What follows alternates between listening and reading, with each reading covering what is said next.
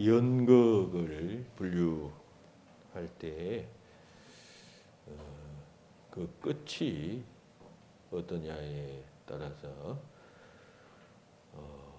희극과 비극으로 나눕니다.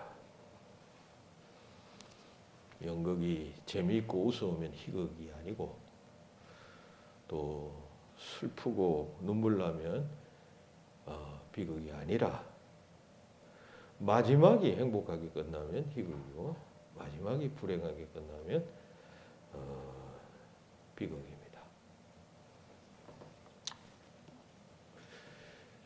유명한 그 영국의 희곡 작가인 세익스피어의 4대 비극과 5대 희극이 있습니다. 4대 비극은 햄릿, 맥베드, 오델로, 리오와 이런 유명한 희극인데 이 이야기의 주인공들은 마지막에 다 죽습니다. 그래서 비극인 것입니다. 마지막이 좋으면 희극이고 마지막이 슬프게 끝나면 그것이 비극인데 우리 인생도 마찬가지입니다. 마지막이 좋아야 합니다. 마지막이 좋아야 좋은 것이죠. 처음에는 좋았다가 또 뭐 중간에도 아주 좋아요. 근데 마지막이 이게 나쁘게 끝나면 다 나쁜 것입니다. 다 비극인 것입니다. 처음에는 좀 좋지 못해요. 뭐 그냥 좌충우돌 왔다 갔다 넘어지고 뭐 그냥 일어섰다 넘어지고 합니다. 그런데 끝이 잘 되면 성공인 것입니다. 그러니까 나중이 좋아야 하고 나중에 관심을 많이 가져야 합니다. 우리 잘 아는 솔로몬 왕은 시작할 때 얼마나 대단했습니까?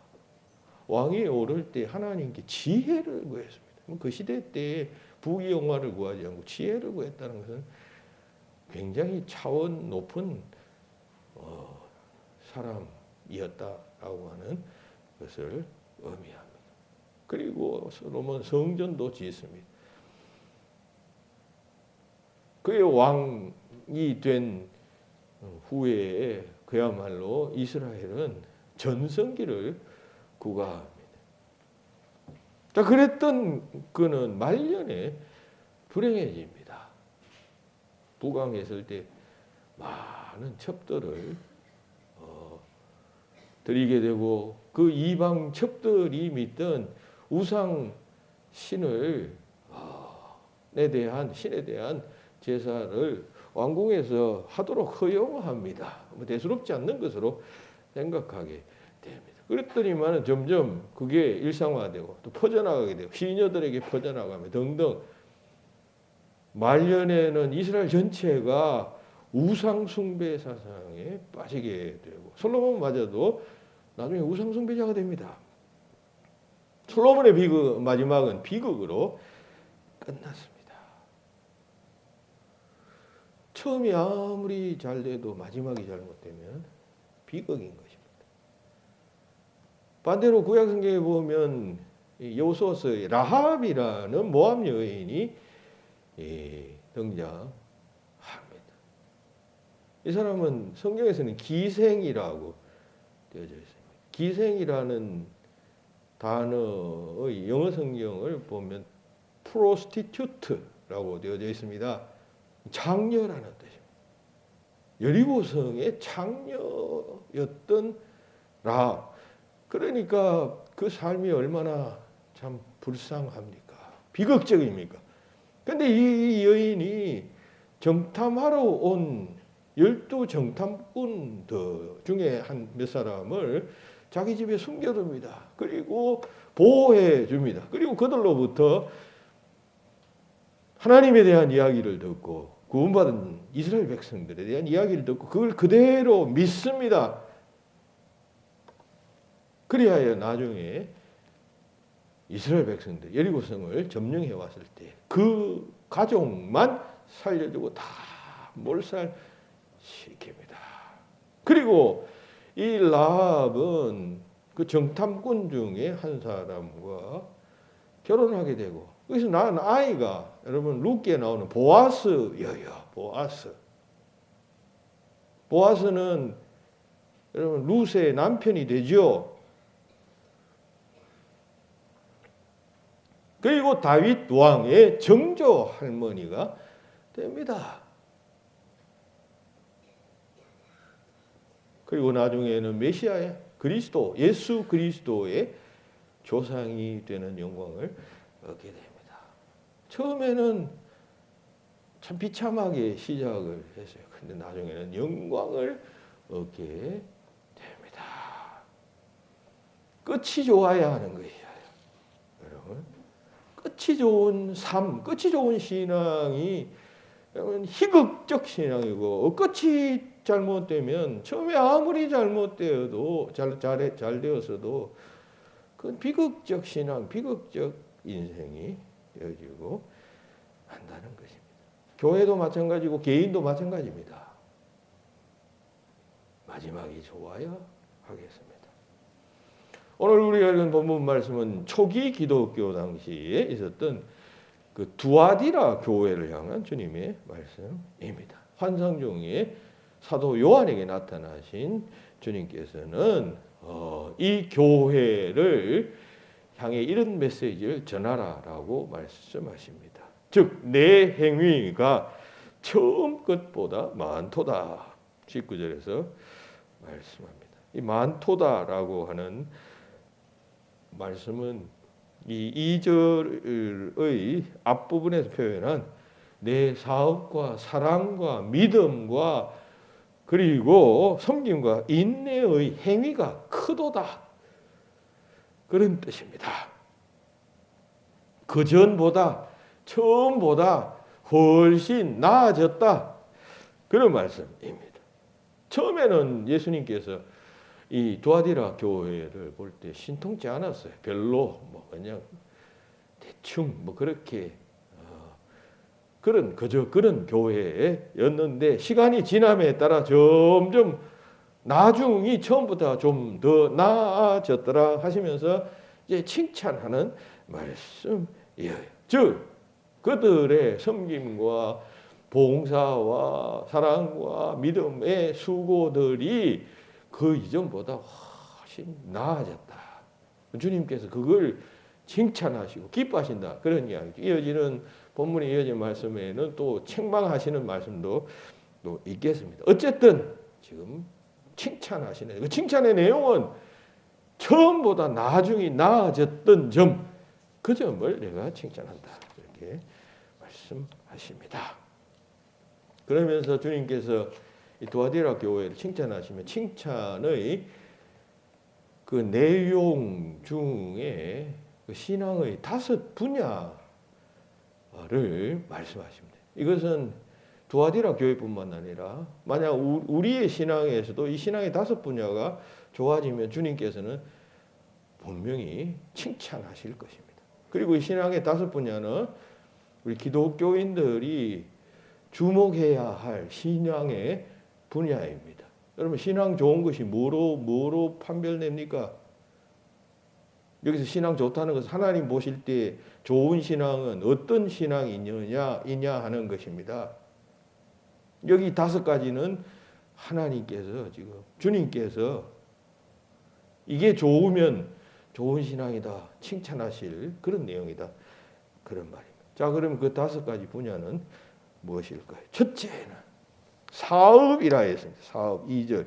사업이라는 이 단어는 2절의 행위와 같은 낱말인 에르가라고 하는 단어를 썼는데 아마 이 단어는 이 뒤에 나오는 사랑, 믿음, 섬김, 인내 이 모든 덕을 아우르는 어떠한 사업, 일 이런 것을 의미한다라고 어떤 해석학자는 말을 하고 있습니다. 모든 것을 아우르는 것이에요. 그러니까 주님과 관련된 제반 모든 일이겠습니다. 주님과 관련된 제반 모든 일, 그게 주님의 이름이 들어가고 주님의 이름으로 행하고 주님을 위한 일이며 또 주님에 의한 일이라면 그거 다 주님의 사업이다 그 말이죠. 이 세상에서 제일 가치 있는 일은 무엇일까요? 주님을 위한 일입니다. 우리 여러 차례 묵상했습니다만 요한복음 12장에 보면 그 마르다가 예수님의 머리에 비싼 향유를 붓는 장면이 나오죠. 발에다가 붓는다 그렇게 말하고 있습니다.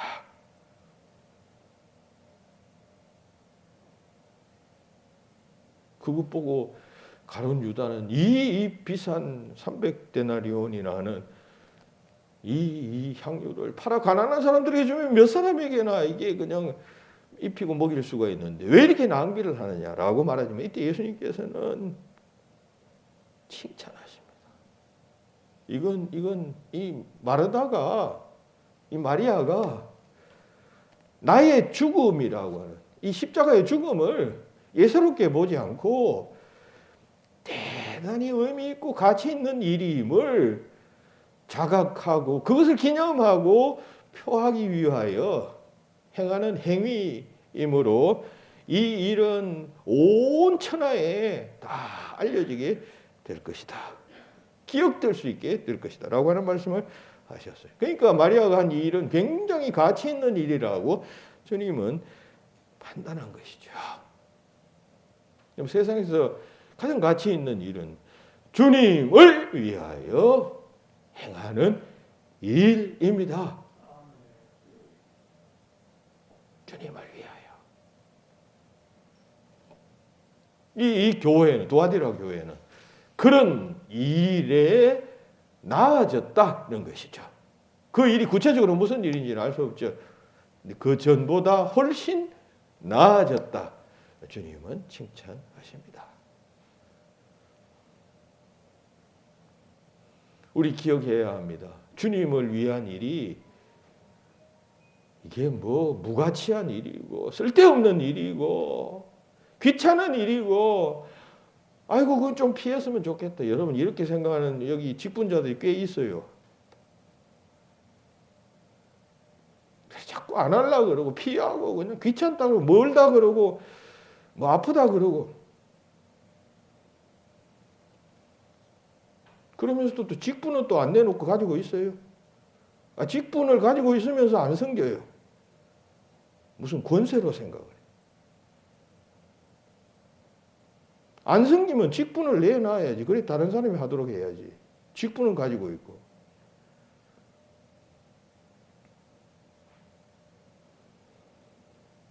주님을 위한 일이 얼마나 소중한 일인가 하는 것을 마음속에 굳게 붙잡고 그 가치 있는 일을 생명 있고 호흡 있는 날 동안 힘으로 뼈가 으스러지는 한이 있더라도 할 수 있는 한 최대한 할 수 있어야 합니다. 여러분 우리가 국가를 위하고 생명 바치고 몸 바친 사람들은 국립묘지에 묻어주잖아요. 그리고 그 후손들에게 다 그냥 보상하고 연금 주고 하잖아요. 국가를 위해서도 그렇게 하는데 뭐 영원하신 주님께서 상을 베풀지 않겠습니까? 영원한 하나님 나라에 상을 베풀지 않겠습니까? 스스로 질문해 보십시오. 나는 이전보다 주님의 일을 더 잘하고 있는가를 말입니다. 더 충성스러워야 하겠습니다. 이 두아디라 교회처럼 둘째, 사랑을 칭찬하십니다. 처음보다 나중이 더 좋았다라고 말씀합니다. 이 두아디라 교회는 사랑이 점점 더 성숙해져 갔다라고 하는 말씀입니다. 주님을 향한 사랑의 마음이 마음속에 생겨나야 합니다. 처음에 우리가 예수 믿을 때는 주님의 그 아가페적 사랑의 수혜자의 입장에서 그 사람과 만납니다. 그런데 이제 시간이 지나면 그 주님의 사랑을 본받고 배워서 그 사랑을 실천해 나가는 일꾼, 제자로서의 자리에 서게 됩니다. 그래야 하는 것이죠. 주님이 우리를 부르실 때 그냥 수혜자로서 그것으로 그냥 끝나도록 하기 위함이 아니고, 예수 믿어서 구원받고 은혜 받고 기쁨 얻게 되었으면 이제 이걸 남들에게도 전하도록 역사하신단 말이죠. 그러니까 도아디라 교회는 그러한 면에 눈을 떴다는 이야기입니다. 처음에는 사랑을 받았어요. 그래서 감사하면서 은혜를 찬양하고 노래했습니다. 거기서 그치지 않고 나도 그러면 다른 사람에게도 이 같은 은혜를, 사랑을 내가 끼치리라.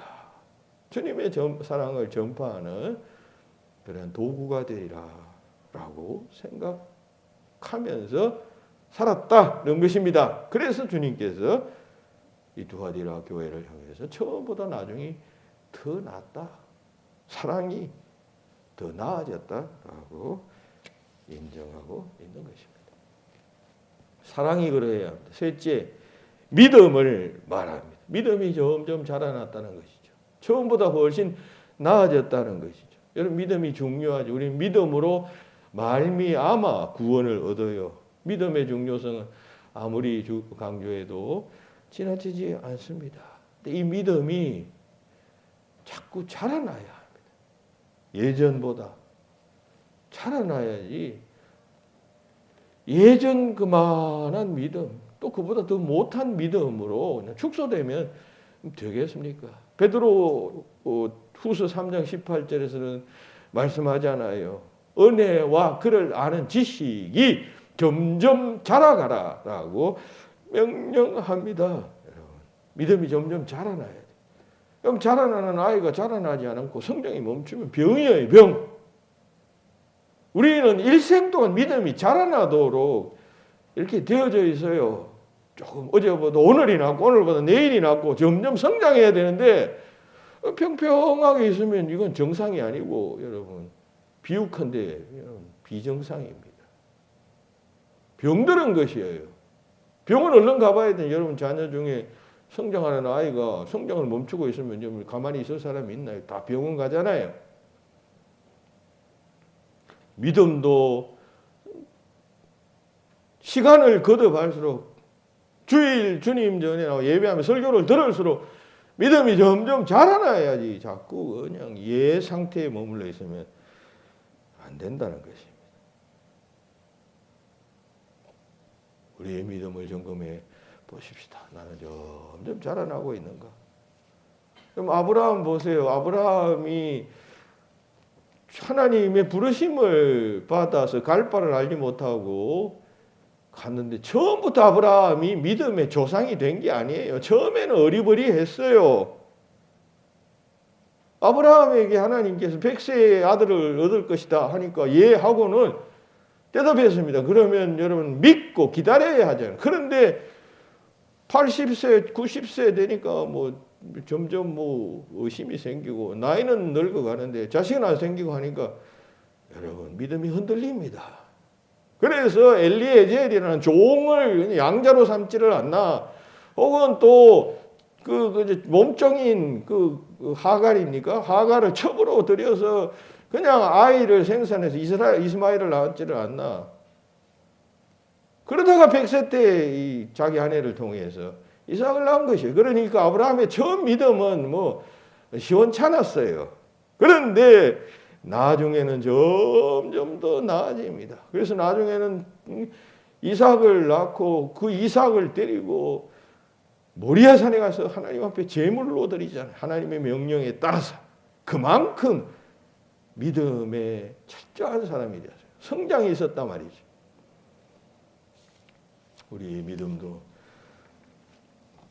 처음보다 나중이 좋아져야 합니다. 나아져야 합니다.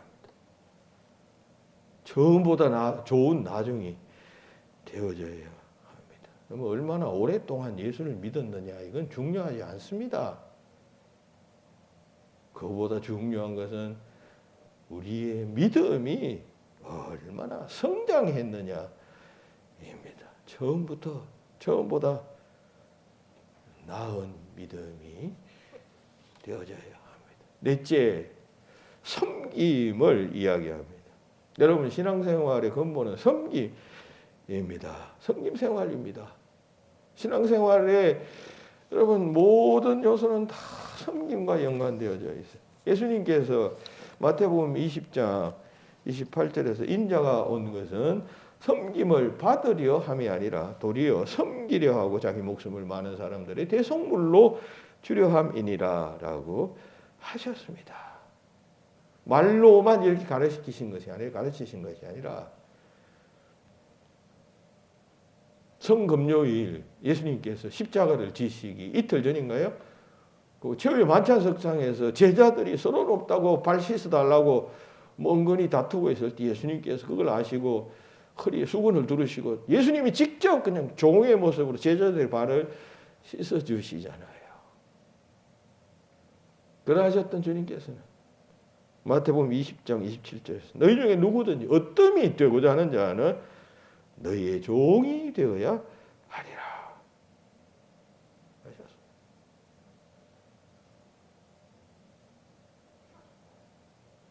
이걸 우리가 이 세상 속에 살다가 또 유기는 세상 속에 살다가 또 하루 교회 나와서 또 이런 말씀 듣고 또 세상 나가서 또 세상의 논리대로 살다 가다 보니까 이게 잘 체득화되지 않는 사람들이 있어요.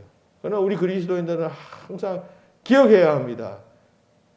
기독교의 본질은 예수님의 오신 목적은 세상을 섬기기 위해서 맞죠? 예수님이 그 하늘 보좌를 버리시고 그냥 천군 천사의 주인이고 왕이신 그분께서 온 세상을 다스리는 그분께서 이 유한한 지구 속으로 찾아오시고 그것도 베들레헴 말구유 비천한 서민의 모습으로 십자가에 달려 돌아가시는 죽으심으로 이 구원 역사를 이루었다는 것은 그만큼 낮아지고 섬기기 위하여 세상에 오신 것이에요.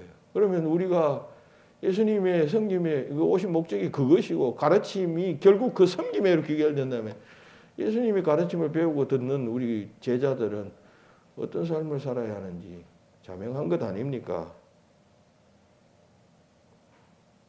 어떤 자리에 있든지 어떤 위치에 있든지 무슨 일을 하든지 항상 이 예수님의 섬김의 정신을 접목시켜야 합니다. 사람이 뭐 높은 자리에 올라가고 명예를 얻고 부귀영화를 얻고 다스리기를 원하고 그건 사람의 욕망이죠. 인간적인 이해할 만한 욕망이지만 그런 가운데서도 잊지 말아야 할 것은 그 예수님의 섬김 정신. 그걸 접목해야 한단 말이죠. 그걸 모르고 참 교회 안에서 높아지면 뭐 무슨 직분자가 되면 대단한 것처럼 생각하고 내가 무슨 높은 직분자니까 나 고개를 숙이고 뭐 여러분 이렇게 나가기 시작하면 그건 그리스도의 가르침의 정신을 모르고 직분자가 된 것이에요. 교회에 무슨 집사 권사 된 게 여러분 이건 무슨 권세가 아니에요. 뭐 한 번 따면 내가 이제 교회에서 어떤 그냥 높은 어떤 직책을 얻어서 이제 사람들이 나를 그냥 권사님 하고 하기 위해서 준 것이 아니라 그건 그냥 섬기라고 열심히 섬기라고 준 직분이에요. 나는 처음보다 나은 섬김자가 되어졌는가를 질문하시기 바랍니다. 스위스의 유명한 그 말씀의 신학자 칼 바르트가 이런 이야기에 대해서 화면에 나오는가 모르겠는데 글씨가 되어서 안 보입니다만 이런 말을 했어요. 섬김의 삶은 자기의 목적이나 계획이 있음에도 불구하고 교회의 필요와 의도와 지시에 따라서 행동할 때의 의지와 수고와 행동이다라고 정의했어요. 섬김의 삶이란 뭐냐면 내가 지금 바쁜 일이 있어요. 내가 지금 제일 먼저 우선적으로 해야 할 일들이 있음에도 불구하고 교회가 부르면 교회가 지시하면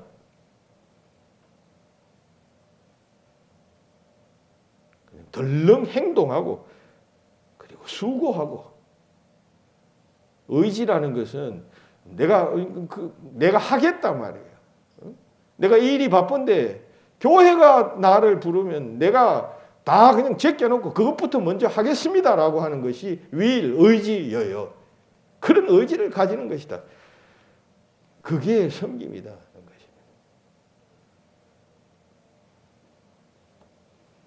전보다 나은 나중 섬김에 있어서 그런 자가 되어야 합니다.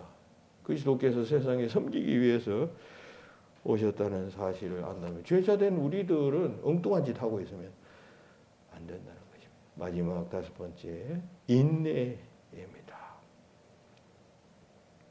여기서 인내라는 것은 소망 가운데서 이 세상의 고난을 참아내는 것입니다. 그죠? 그러니까 그렇게 본다면 인내라는 미덕은 소망이라는 덕목과 불가분의 관계가 있어요. 그렇다면 이 본문 19절을 집약하면 우리가 잘 아는 기독교 3대 믿음, 소망, 사랑으로 이렇게 축약할 수가 있습니다. 그런데 본문에서는 이 인내라는 미덕을 따로 제시합니다. 즉 그 인내가 처음보다 나중이 나아져야 한다는 것이죠. 다 우리 세상 살면서 인내하면서 살게 되었습니다. 우리 어릴 때 늘 들었던 속담 가운데 그런 말이 있죠. 인내는 쓰나 그 열매는 달다. 인내는 정말 씁니다. 견디려고 하면, 이기려고 하면 힘들어요. 그러나 잘 이기면 열매를 얻습니다. 기독교의 소망, 이건 그야말로 천지가 개벽되고 그리스도께서 재림하시는, 그리고 영원한 하나님의 통치가 완성되는 날 아닙니까? 우리는 궁극적으로 그 날을 소망하고 있어요. 그런데 그 날을 소망할 때 평탄한 곳에서 그냥 아무 핍박 없이 그냥 그 날을 소망하는 사람도 있지만, 세상에 사는 대부분의 많은 사람들은 그 신앙 때문에 박해받고 어려움을 당하고 그리고 집에서 쫓겨나기도 하고 하는 삶을 살아간단 말이지. 그런데 그런 상황에서 잘 인내하는, 그것이 기독교의 중요한 신앙의 내용입니다. 여러 차례 제가 얘기했지만 여러분 신약 성경의 거의 반 이상은 다 그런 로마의 강력한 박해 상황 속에서 쓰여진 책이에요. 그 박해를 인내하면서 소망 가운데서. 그래서 베드로 전후서 같은 책에서는 인내를 강조합니다. 소망을 강조합니다. 그 인내가 우리를 성숙하게 만들기 때문입니다. 그 인내가 처음보다 나아져야 합니다. 그 궁극적 하나님의 나라에 대한, 하나님 나라의 완성에 대한 소망뿐만 아니라 여러분 우리 삶에서도 인내가 얼마나 중요한지 모릅니다. 어려운 일 만날 때 어떤 사람은 팩팩 성을 내면서 그냥 표현해 버립니다. 여러분 못 참는 것이죠. 그러면 손해가 많아요. 끝까지 참아내면은, 부딪히지 않고 참아내면은 그 한 곱이 넘어가면 그 다음에 좋은 만남이 생기고 변화가 생기지만 탁 해서 깨지고 부딪히면 그 뒤에 아무리 좋은 일이 생겨도 그냥 그 좋지 않는 그때의 경험만 뇌리 속에 남게 됩니다. 까지도 잘 다스릴 수 있으면 그렇게 하십시오.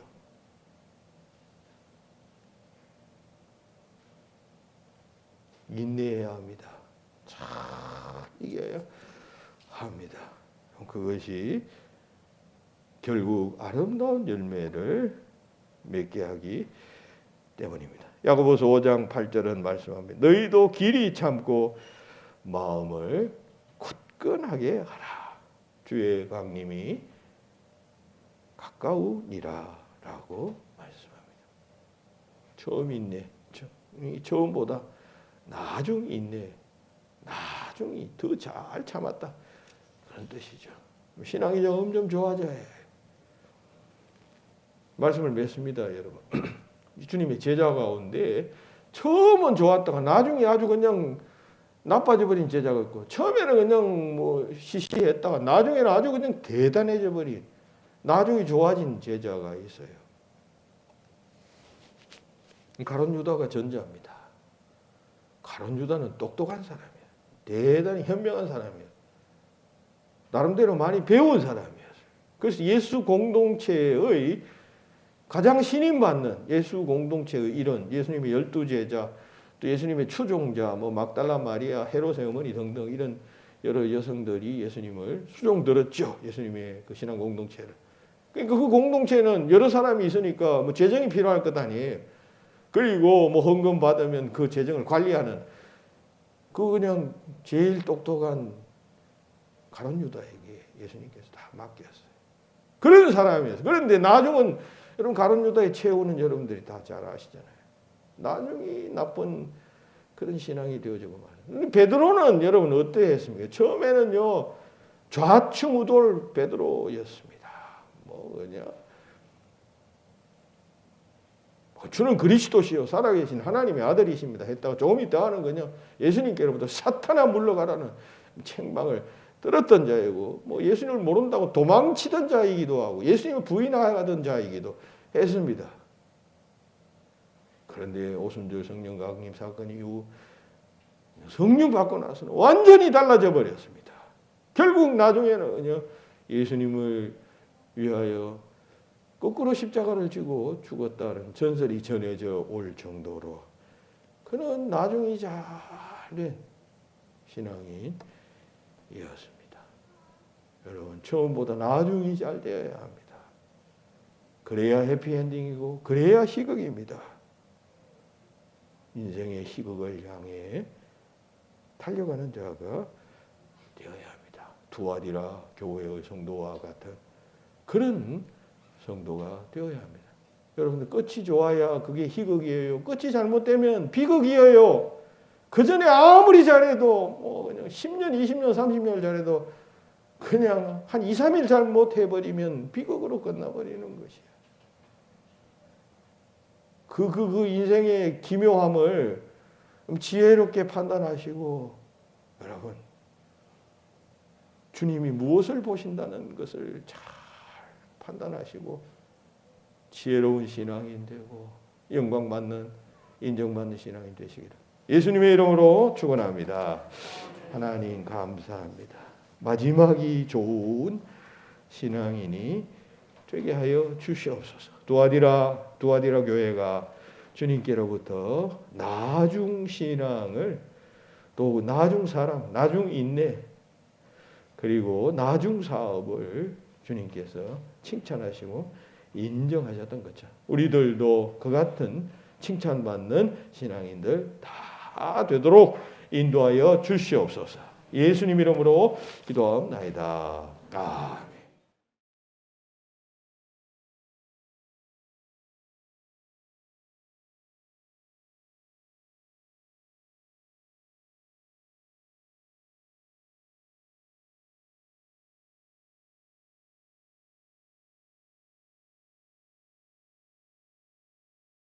세례를 베푸노라. 아멘. 일어나시고 이제 제가 선포를 하겠습니다. 된 것을 성부와 성자와 성령의 이름으로 선포하노라. 아멘.